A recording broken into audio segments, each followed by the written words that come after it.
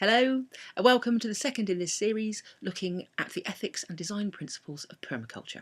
So in the first one, we looked at these ethics, earth care, people care and fair shares that sit at the heart of permaculture. And now we're going to start looking at these 12 principles of design that sit around those ethics. And the one we're going to look at today is observe and interact. Now this little icon, we could look at that and say, well, it looks like a tree. It also looks a bit like a person. And this principle is kind of asking us to think like a tree. Because in natural systems, every element of those systems is in a constant state of observing and interacting with what's going on. So this isn't a one-off, it's not kind of a quick glimpse and then we've kind of got the whole picture. This is inviting us into a place where we too are constantly observing and interacting with what's going on around us. So if we're going to design something, we need to not leap too quickly into action.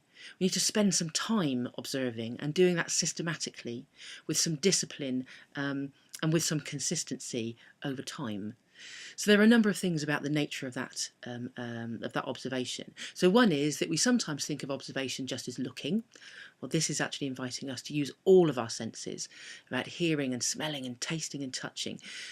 The more senses we use when we're observing, the more depth of understanding we can create.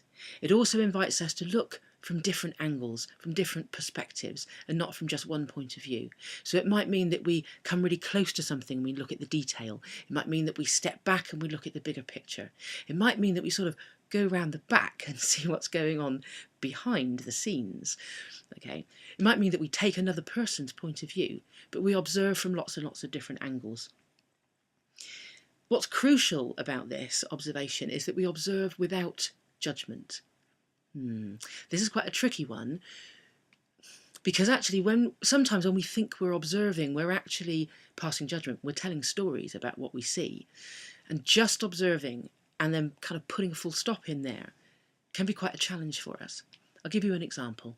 Imagine that you're at work and at 9 o'clock this morning there was a meeting that started.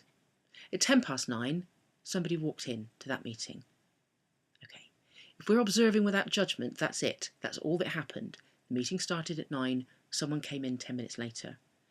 Now, if we were observing with judgment, there are 1,000 stories we can tell ourselves about that situation, about why that person was late, what might have stopped them being there earlier or on time, what that says about them as a person, what that says about them and their commitment to their work. Are they trying to tell us something? Are they trying to undermine our authority? A million stories we could tell ourselves. But actually, if we just observe, meeting started at 9, someone turned up 10 minutes later. That's the difference between observation and observation with judgment.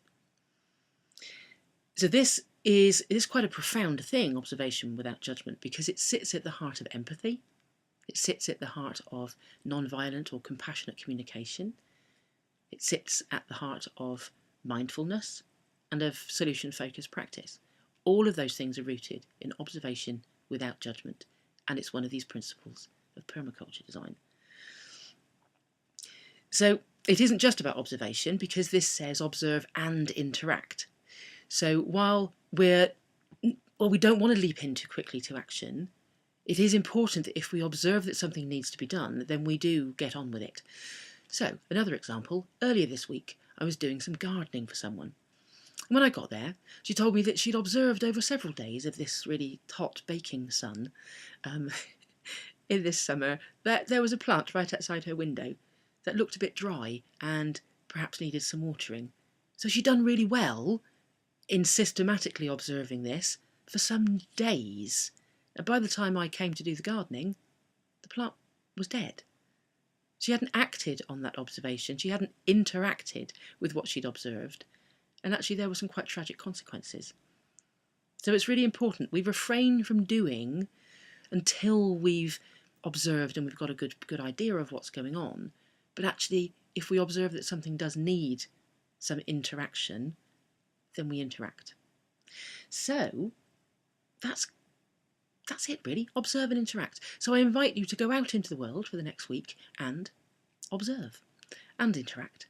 Do it in a spirit of connection and curiosity, of openness and of willingness to interact should the need arise, and I look forward to seeing you again next week. Thanks very much for watching.